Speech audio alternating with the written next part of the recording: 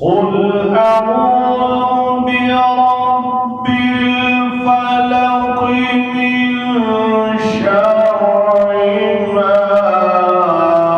خلق. قل أعوذ برب الفلق من شر ما خلق ومن شر غاسق إذا وقب ومن شر غاسق إذا وقب